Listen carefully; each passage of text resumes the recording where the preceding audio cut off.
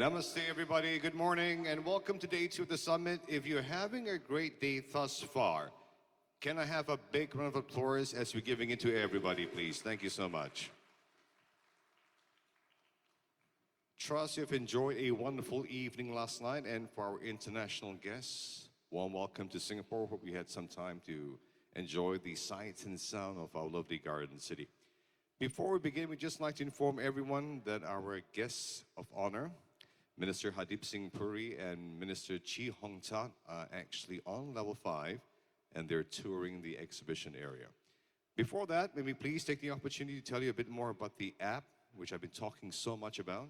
Can I see a show of hands for some of us who are not able to download the app because Wi-Fi is complimentary, no password required? Anyone? Issues with the app so far?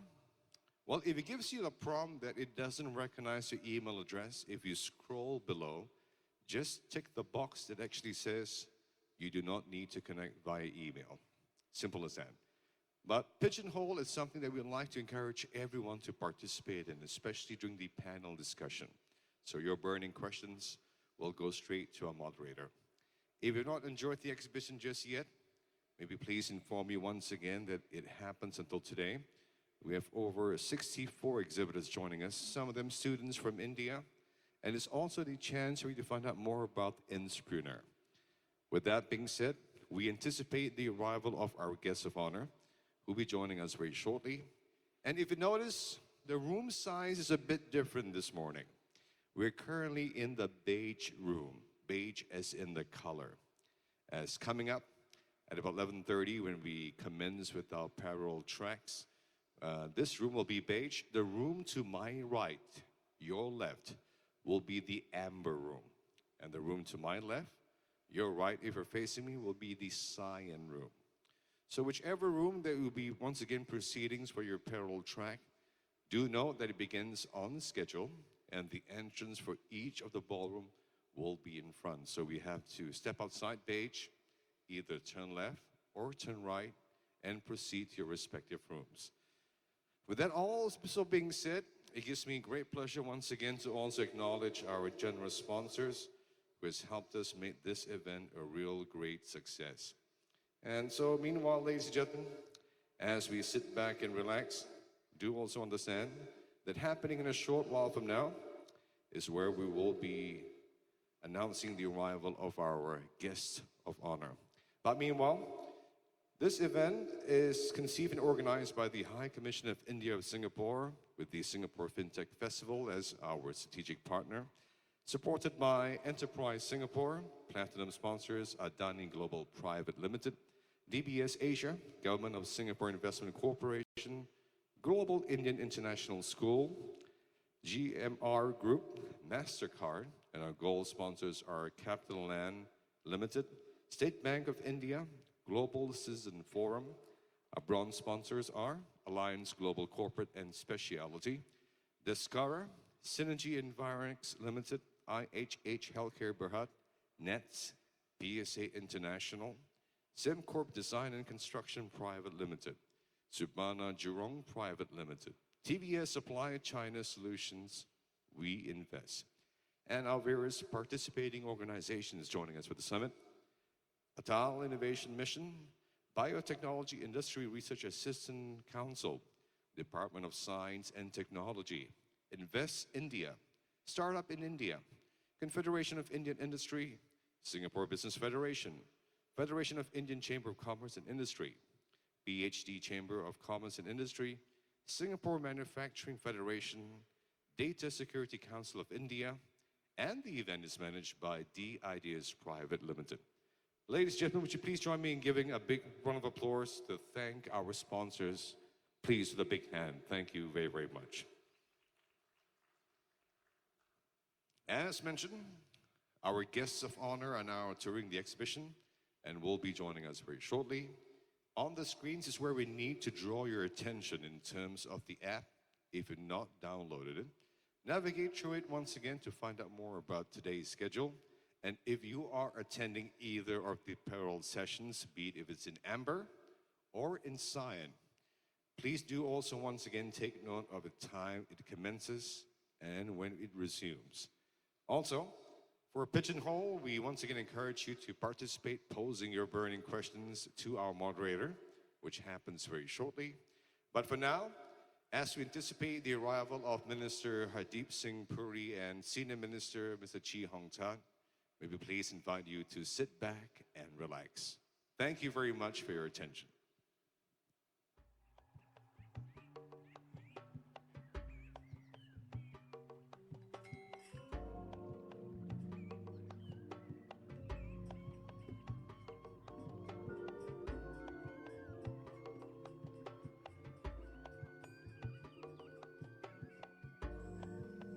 So that's the start of basic manifestation. So the area here, especially in the Champuan River, during 6 centuries, when the Holy Hindu came from India, brought the division. And his people were not in the good condition after opening the channel in the second journey, the visiting here, and most of them have bathed in this river.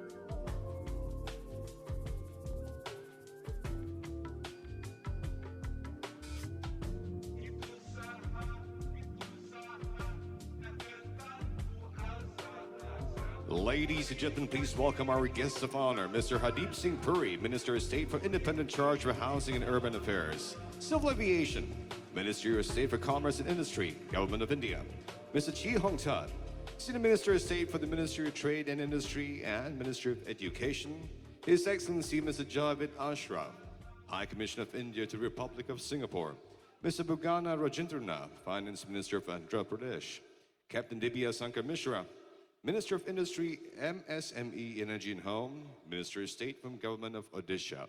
Let's give them another big warm welcome, please.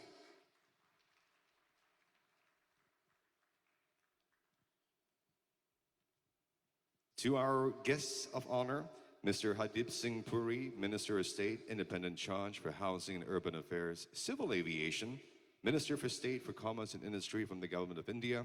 Good morning, Minister, and a warm welcome to Singapore. Mr. Chee Hong Tat, Senior Minister of State from the Ministry of Trade and Industry and Ministry of Education. Good morning, Minister, and thank you for gracing our event. Distinguished guests, ladies and gentlemen, welcome to Day 2 of the India-Singapore, the Next Phase Summit. My name is Harjit Singh, privileged to be your MC once again for today. To begin this morning's proceedings, it gives me great pleasure to invite His Excellency, Mr. Javed Ashraf, the High Commissioner of India to the Republic of Singapore, for his welcome remarks. Let's give him a big warm welcome, please. Your Excellency.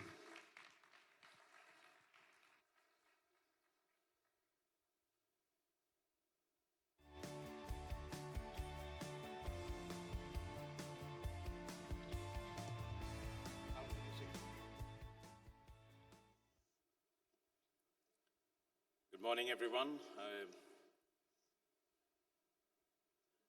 Your Excellency, Mr. Chee Hong Tat, Senior Minister of Trade, Ministry of Trade and Industry, and Ministry of Education, Republic of Singapore.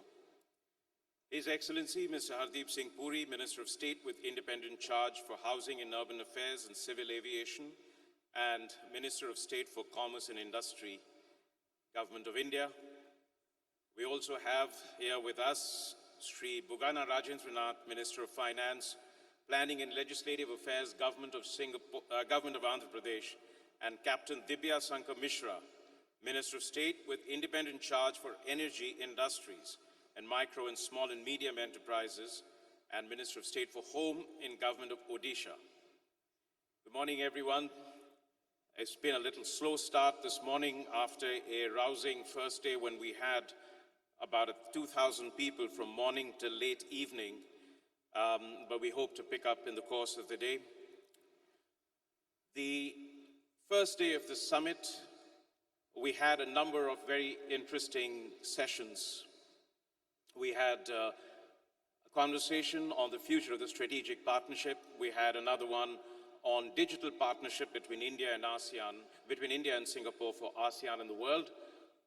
We spoke about fintech, financial inclusion, skills and development, and also water.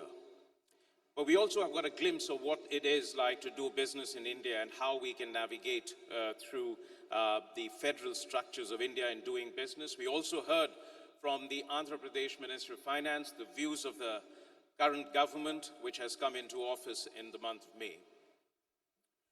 The objective of this India-Singapore Business and Innovation Summit is essentially to set the roadmap of India-Singapore strategic and economic partnership in the course of the next 5 years as the government led by Prime Minister Shri Narendra Modi, which returned to power with a very strong mandate, a higher level of expectation, and also a very high level of ambition in fulfilling the promises written into our Constitution as we come to the 75th anniversary of our independence and the 150th anniversary of the birth of the founding father of India, Mahatma Gandhi.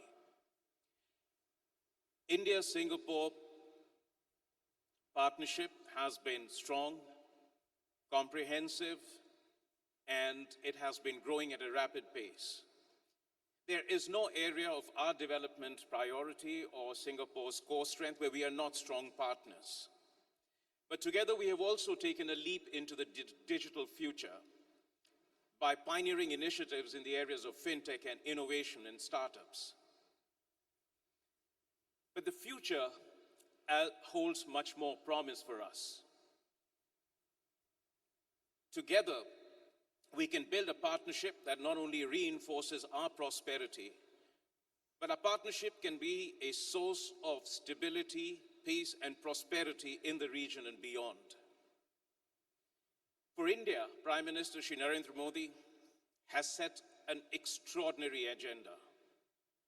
An agenda that covers not just growth, modernization, and sustainability, but also about access, empowerment, and inclusion for all sections of our society. Singapore, too, is taking a leap into the future to become a digital economy, and it is also seeking to diversify its economic partnership in a world of disruptions and transitions. And to discuss the next phase of India economic partnership, to talk about India's economic priorities and to talk about Singapore's economic priorities and how the two come together, we have two very eminent persons to speak today to us. We have Senior Minister of State Chee Hong Tat, who really represents the leadership of economic management in the next generation of Singapore, going into the future. He holds two portfolios that are critical for Singapore's future. One is, of course, as a Senior Minister of State for Trade and Industry.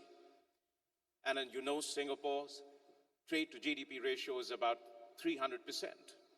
But the other sector, which is the education sector, is really the sector which has produced the human resources that is powering Singapore's success. We have with us today from India an absolutely distinguished diplomat who has been one of India's finest in 7 decades of our history. He has been a top trade negotiator who headed a GATT negotiating committee when he was barely 30. He's been on WTO dispute settlement mechanisms. He has been a permanent representative, ambassador of India to the United Nations when we were a member of the UN Security Council. And today, he holds 4 portfolios that are of great significance to realizing the dream of India. He is, of course, the Minister of State for Commerce and Industry, and he brings an extraordinary experience and wisdom to that job. But he's also responsible for aviation, civil aviation, which is one in India, which is the fastest growing civil aviation market in the world and soon to be among the top 3. And it is also fulfilling a social objective of connecting the remotest parts of India to each other. And there is a mission that he has been entrusted with, which is the mission of putting a roof over everyone's head in India by 2024. And that means building, he's already spearheaded a ministry that has built 15 million affordable rural houses and completing 10 million for the urban sector in 2020. But he's got a mandate to do 20 million more in the coming 5 years. And to support the urbanization process in India, which is the fastest growing urban process that we see anywhere in the world today. To build sustainable, smart, livable habitats for the rapidly growing urban India. That is also going to be the engine of our growth. And it is a great pleasure for me now to introduce this agenda. And there's a great deal happening today. We have about 13 more panel sessions today that will cover all the areas of importance. We've got setting the agenda for the trade, where we can discuss about the future framework of trade, setting the agenda for the financial sector. We've got sessions on cracking the insolvency and bankruptcy code, which is a great area of opportunity and is reforming the Indian corporate sector. We have a session on logistics, which is a really major area of growth in India. We have sessions on financing the infrastructure as India looks to spend about $1.5 trillion in the course of the next 5 years on modernizing and upgrading its infrastructure. We also have sessions on agrotech, biotech, on cybersecurity, on health, on artificial intelligence, and many more. But there is also 2 very important sessions today, and that relates to urban planning and real estate sector in India. 2 sectors where we see a great deal of Singaporean interest and participation in India, and we've got a great team of experts from India participating there. So without much further, ladies and gentlemen, enjoy the rest of the day. Please do go around and also visit the startups, where we've got 65 Indian startups, some from schools and colleges, and 30 startups and incubators from Singapore also. So we look forward to another fruitful day as we had one yesterday. Thank you very much. Thank you very much, Your Excellency.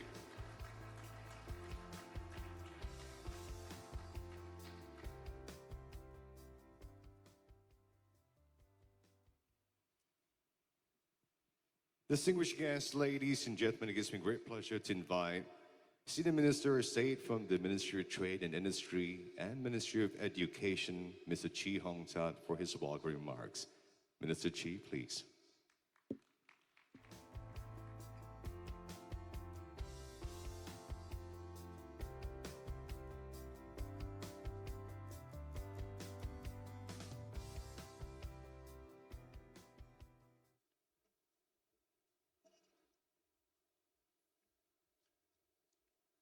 Your Excellency, Sri Hardeep Singh Puri, Minister of State, Independent Charge, Housing and Urban Affairs, Minister of State, Independent Charge, Civil Aviation, Minister of State of Commerce and Industry of the Republic of India, Sir Javed Ashraf, High Commissioner of India to Singapore, Excellencies, distinguished guests, ladies and gentlemen, good morning. I'm delighted to join you for this Business and Innovation Summit on India and to speak on the economic relationship between Singapore and India. Before I begin my speech, just wanted to share that I was very delighted to see the symbol of 2 lions for this event. The first lion represents Singapore, and the second lion, the Make in India lion from India. And as you know, Singapore's name, Singapura, means Lion City. So I think we are very delighted as well, His Excellency Minister Puri and myself, to meet some of our young, lion-hearted entrepreneurs when we were touring the booths earlier. I think it's very good to see young people having a platform to innovate, to realize their ideas and their passion, and to make the world a better place. Ladies and gentlemen, the Singapore-India relationship is an important and mutually beneficial one that dates back generations. The early Indian pioneers who settled on our shores contributed significantly to Singapore's success as an entrepreneur hub, and they helped shape the economic growth and development of modern Singapore. They greatly enriched Singapore's multiracial, multicultural society, bringing their traditional arts, religious practices, and food, which continue to thrive in Singapore today. Our Indian community is now one of the keynotes of the global Indian diaspora, and Singaporean Indians have achieved great success in social, political, and economic fields over the years. The members of our thriving Indian community continue to serve as bridges to enhance the relationship between Singapore and India, including in trade and investments. I'm glad to know that Singapore was a top investor in India in the first quarter of financial year 2019. Indian companies form the largest overseas contingent that have invested in Singapore, and many have set up their regional or global headquarters here.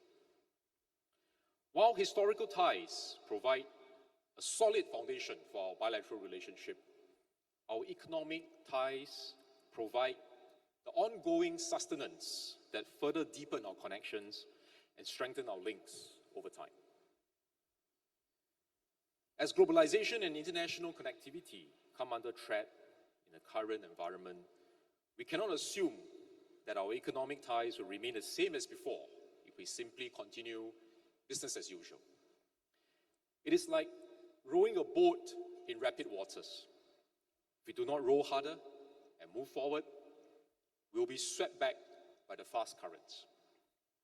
It is worrying that countries around the world have put up barriers to discourage trade and investments, rather than integrating more closely within a rule-based, multilateral global system. This will result in slower overall growth for everyone, with fewer jobs created and lower standards of living. It could also lead to higher risks of instability and conflicts in different parts of the world. Some governments pursue short-term populist measures that may boost their political standing during elections, but these are often at the expense of the long-term interests of their economy and their people. Such measures also damage trust between countries and undermine confidence in the global system. In other cases, some governments may be reluctant to open up to the global economy because they are worried that external competition could overwhelm their domestic industries. These protectionist measures end up enriching a small group of connected individuals and companies, but they are detrimental to the country's overall economic competitiveness and the well-being of its people.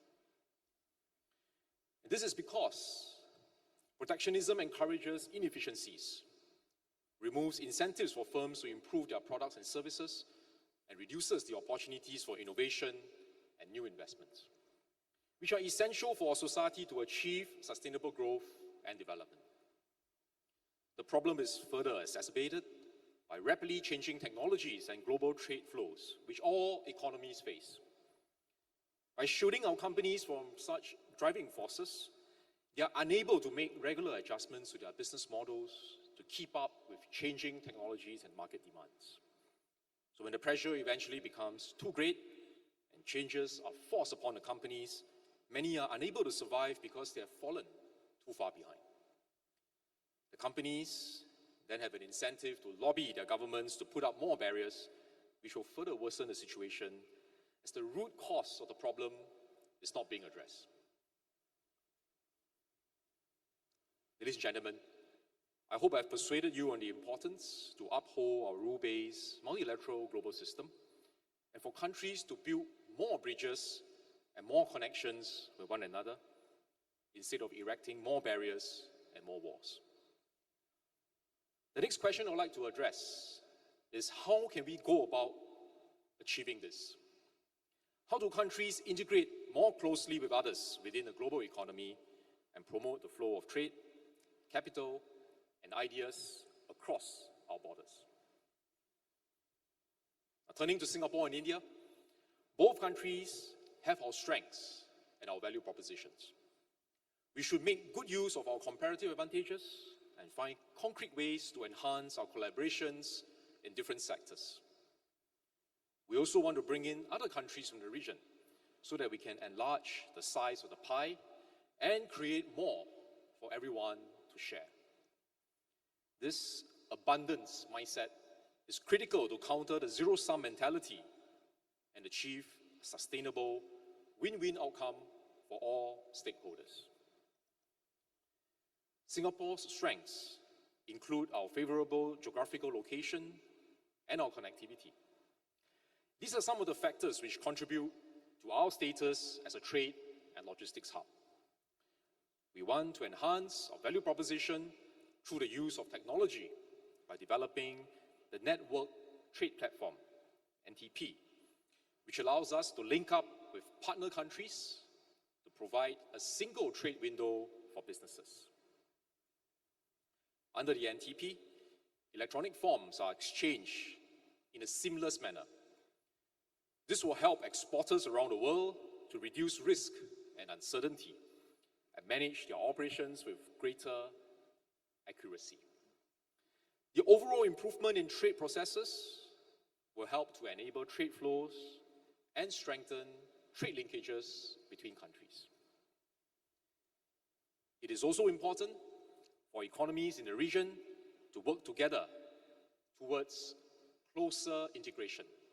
One example is the Regional Comprehensive Economic Partnership, or RCEP, which includes India and Singapore. RCEP is significant because the 16 participating countries account for nearly half of the world's population and almost 40% of global trade flows. It helps to create a conducive, rules-based environment for economic exchanges amongst partner countries. It is also a signal to the world of the growing economic importance and strategic influence of Asia Pacific. Singapore has taken a consistent position since the start of the RCEP negotiations that it is important for RCEP to include India, given the size and the potential of India's economy. We want India to be part of RCEP. Besides the economic benefits, we believe this will further strengthen the links between India and ASEAN, which is important for having a balance of power that promotes peace and stability in this region. I'm happy to know that His Excellency Prime Minister Modi and his government have also recognized this important fact and have sought to cultivate closer economic and strategic relations with ASEAN under the Act East policy.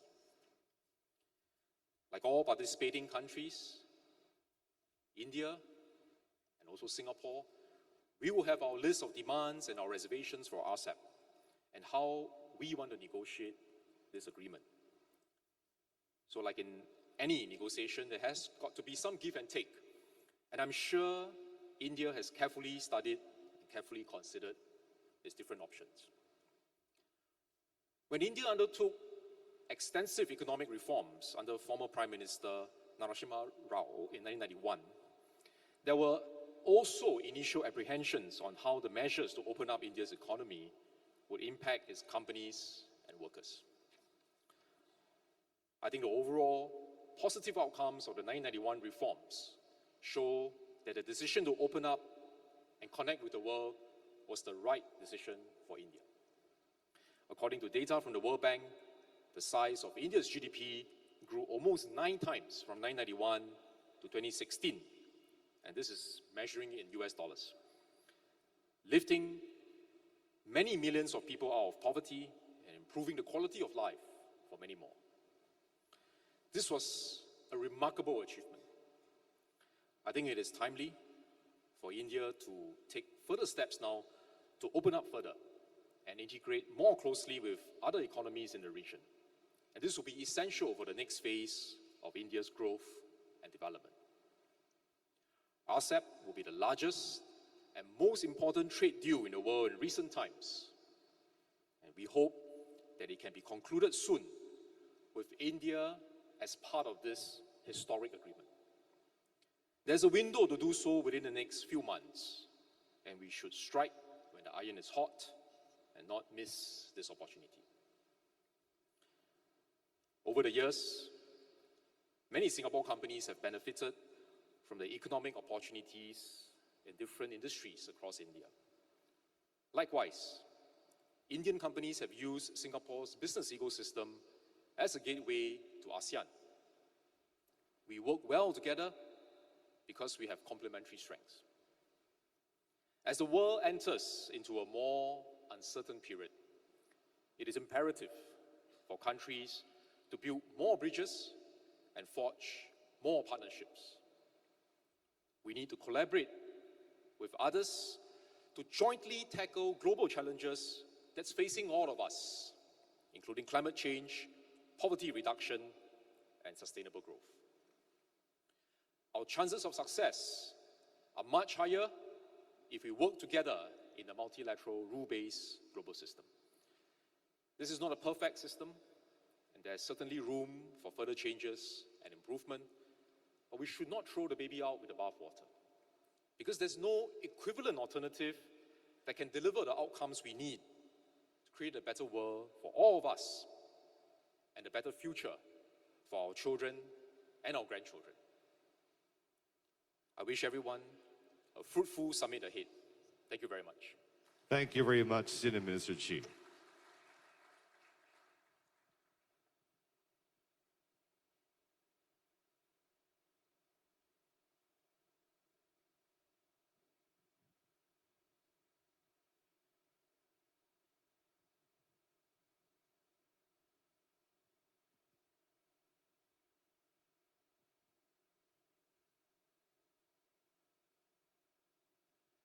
Your Excellencies, distinguished guests, ladies and gentlemen, please join me now as we welcome His Excellency Mr. Hardeep Singh Puri, Minister of State, Independent Charge for Housing and Urban Affairs, Civil Aviation, and Minister of State for Commerce and Industry from the Government of India.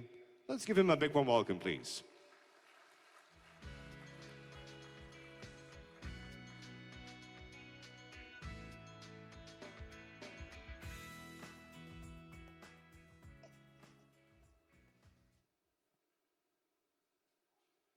Senior Minister of State for Trade and Industry and Education, the Government of Singapore, His Excellency Mr. Chee Hong Tat, my friend and collaborator for many years, High Commissioner Javed Ashraf, distinguished members of the Government of Singapore, Excellencies, ladies and gentlemen.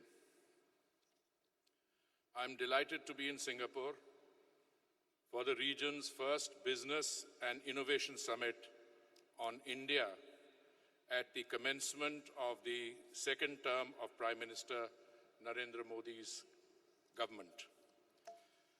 I congratulate the High Commission of India on organizing this summit. I thank the Ministry of Trade and Industry and Enterprise, Singapore, for their support. The scale and the breadth of the summit speaks to the strength and the potential of our relationship. There is no better place than Singapore to organize a summit of this kind. Singapore is not just a leading economic partner of India, it is also the region's hub for trade, investment, aviation, and finance. This is a nation where the region's diversity converges and ideas meet. Today, on the strength of innovation and foresight, it is giving shape to the future that we are all stepping into. Singapore's success has shown that size is no barrier to the scale of a nation's achievement and to the strength of its voice in the world. My own personal association and visits to Singapore commenced before I entered the teens. Through a long diplomatic career spanning over 4 decades, and as Ambassador of India to the United Nations, both in Geneva and in New York, I have seen Singapore stand consistently for a rule-based order and multilateralism.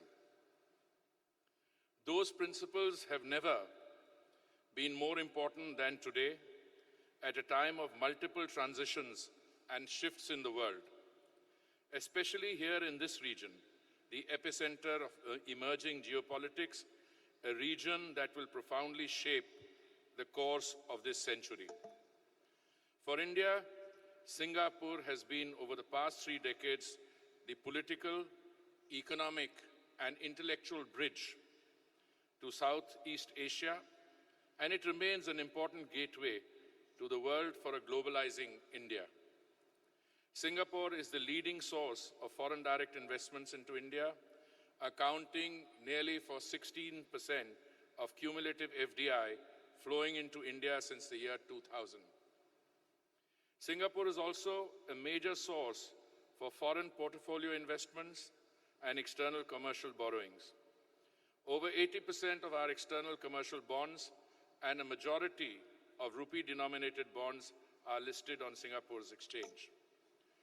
In every area of our development priority, urban solutions, smart cities, infrastructure, skill development, aviation, to name a few, Singapore is an important and major partner. India, too, makes a significant contribution to this economic hub. Singapore is the top destination for Indian investments abroad. Around 20% of Indian investments abroad have come to Singapore. Nearly 9,000 Indian companies are registered here. India is already the 3rd largest source of tourists in Singapore, and tourist arrival from India is growing at 10 to 15% a year. I believe they spend well. Growing connectivity is reinforcing proximity. Singapore is amongst the best connected international destination to India.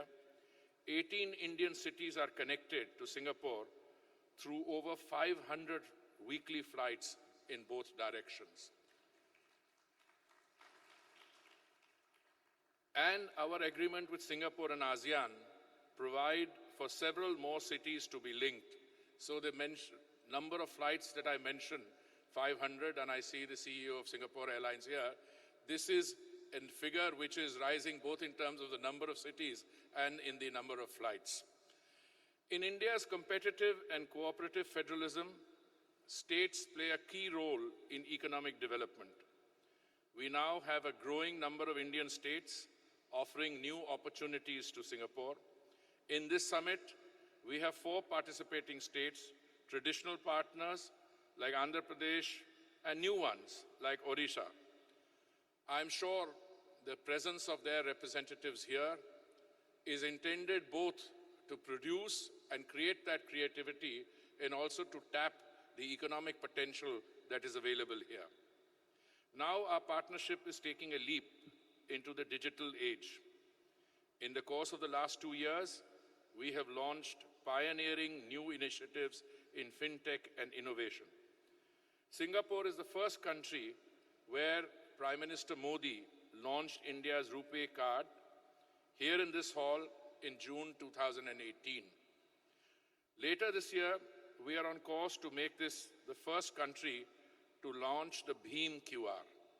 We were honored that Prime Minister Modi became the first head of government to deliver the keynote address at the Singapore FinTech Festival in November 2018 to speak about India's revolutionary and inspiring story of financial inclusion and the digitalization of the economy, governance and delivery of public services.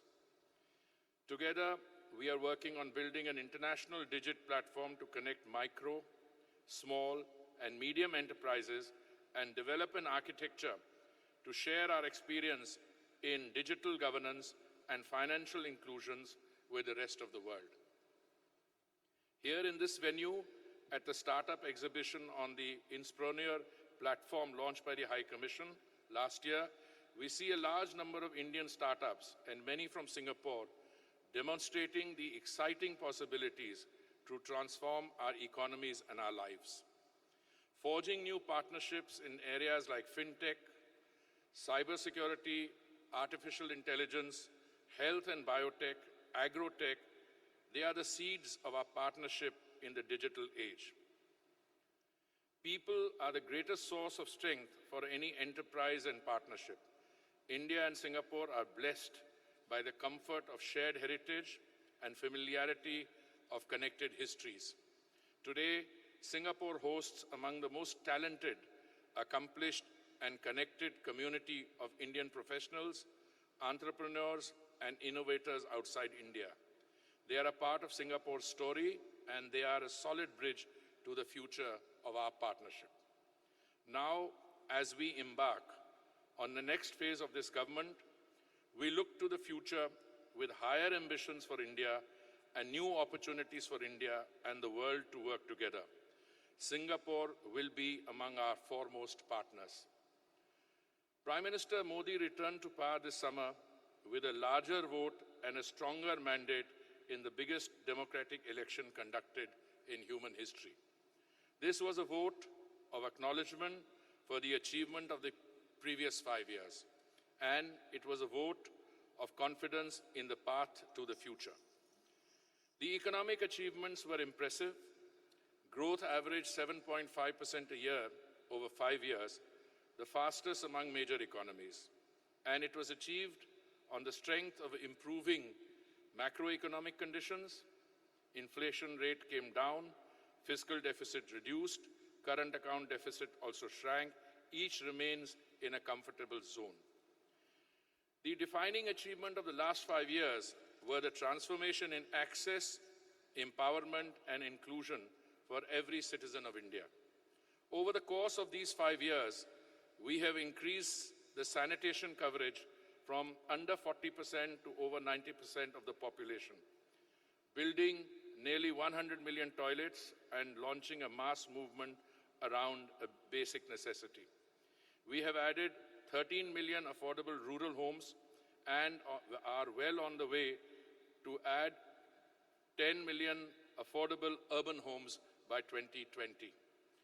Providing cooking gas to 80 million women, extended electricity to each of our 600,000 villages, connected 97% of our rural habitats as we added 195,000 kilometers of rural roads and extended 200 million microcredit for the weakest section of society, over 70% of which went to women.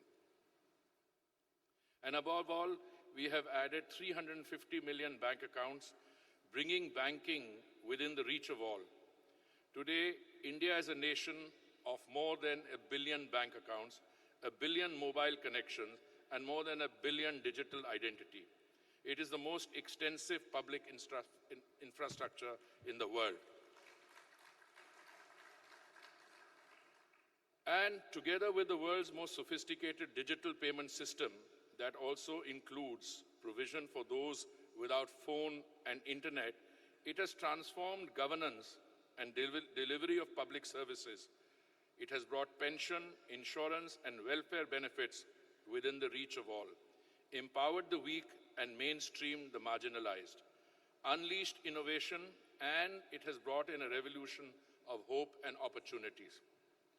These are not just political, social, and moral imperatives, but also create opportunities, improve productivity, and spur economic growth. There was, of course, multiple transformations across the economy.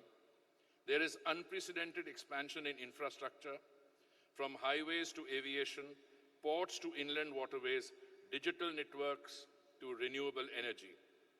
The tax regime has changed. Lower tax rates, increasing stability, faster resolution of tax disputes, and electronic filing systems. GST is the biggest tax reform since independence. It has replaced 17 taxes and 23 cesses by one single tax. Our personal income tax base has expanded by nearly 20 million. It reflects much higher levels of compliance and collection. Perhaps one of the most significant and far-reaching reform is the Insolvency and Bankruptcy Code. In a remarkably short time, we have set up an excellent ecosystem for resolution of stressed assets.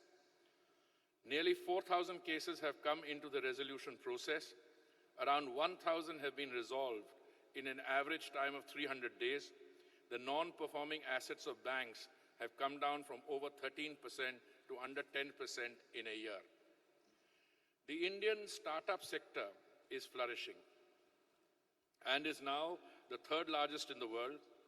It is driven by the talent and enterprise of youth and many supportive schemes of the government. For us, the startups do not mean just those who work in the frontier areas of artificial intelligence and data in metro cities, but also in our small towns and villages, being brought into a national grid by a broadband network that will connect each of our 250,000 village councils. Over 300,000 kilometers of optic fiber network has already been connected more than half of these councils.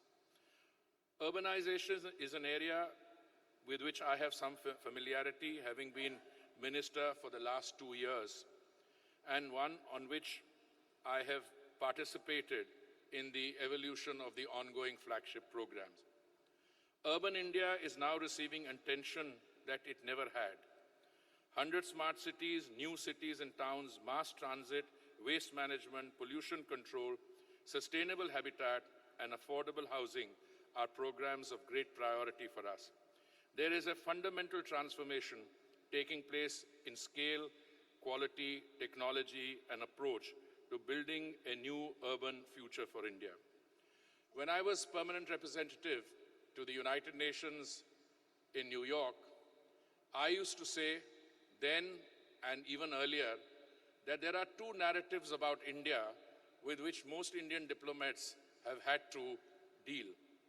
One is that India is a highly successful post-colonial reconstruction story, that today we are the world's largest democracy and that we use the processes of democracy to deliver goods and services to our last population.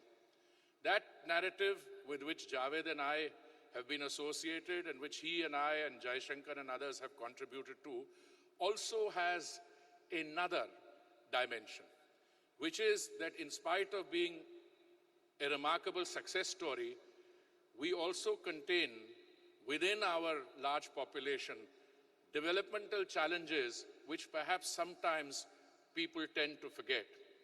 And let me point to just one of those challenges, that we have more poor people than all the world's poor in the least developed countries of the world put together.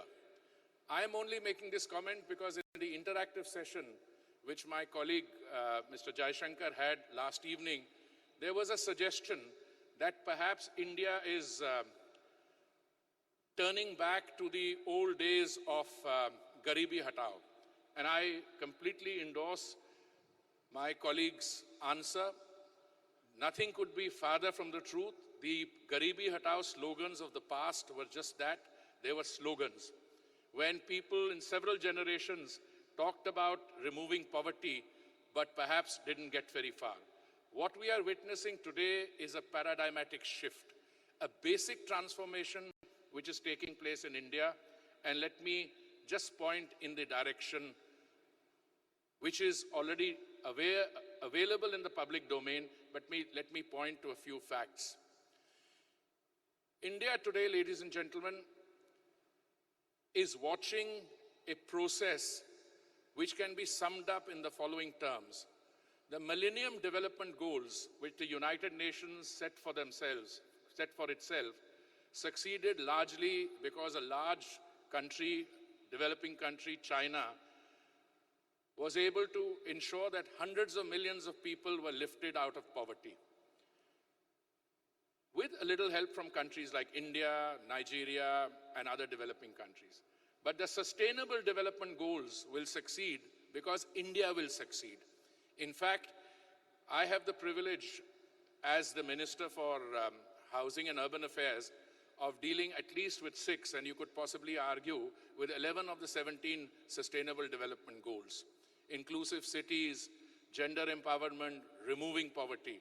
And what we are witnessing in India is truly remarkable, involving a paradigmatic shift. Let me just, since this is essentially a business summit or a business meeting, let me point in a few directions. Today, we are engaged in a process of fundamental urbanization. When we became an independent country in 1947, 17% of India lived in urban spaces. But that was 17% of a population base of only 350 million. Today, the latest census we have is the census of 2011. According to that, 30% plus of India lives in urban spaces. But we are working towards 2030, when the Sustainable Development Goals will be completed. In India's case, they'll be completed much earlier. We will have, ladies and gentlemen, 600 million people living in urban spaces then. One of the statistics that I like to throw around, especially with mature and thinking audiences like this, is that 70% of India's urban space of 2030 has still to be built. Therein lies the economic opportunity. Today, we are building something like 700 to 900 million square meters of urban space every year. This is a process which is going on.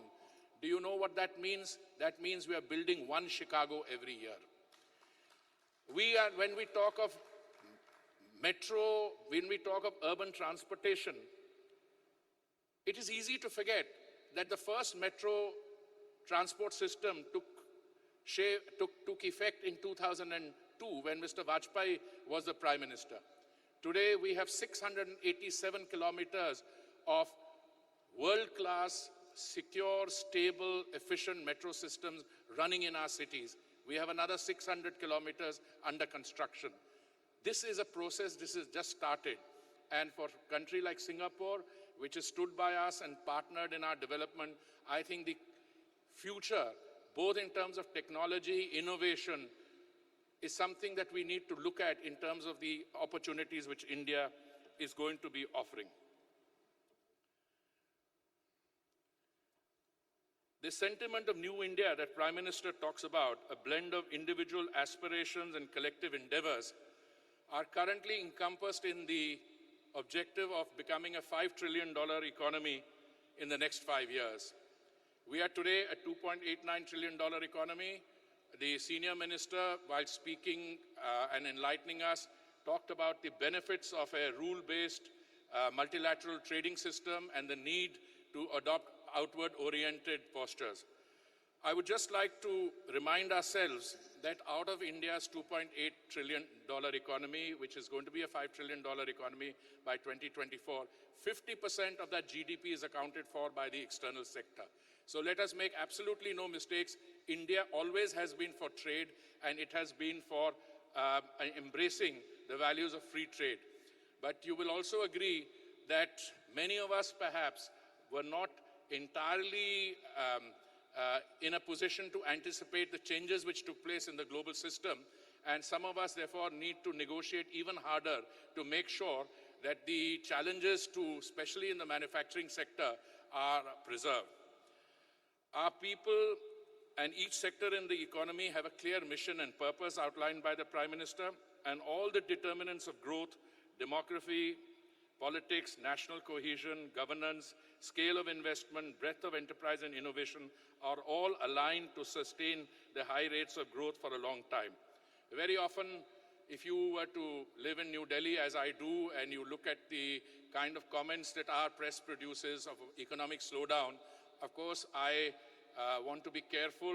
I said if you had a 5.5% rate of growth in other parts of the world, you would be jumping with joy. But I don't think that is the kind of message that an economy which is used to growing at 7.5% or 7% plus wants to hear.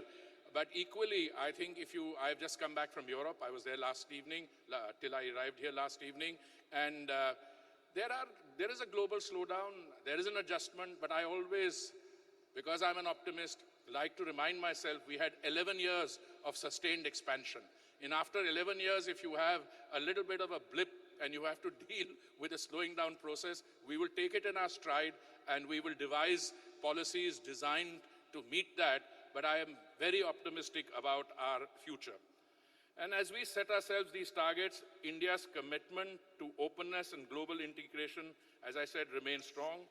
We are among the most open economies for foreign investment. We will continue to not just keep our economy open for investment, we'll also make it easier to enter and to do business. We will continue to enable and ease foreign trade and make our ports and customs more efficient. And as we grow, our links with the region will also expand. For 2 millennia, the tides of ocean have forged a natural link between India and Southeast Asia. We are now reclaiming the heritage of those links.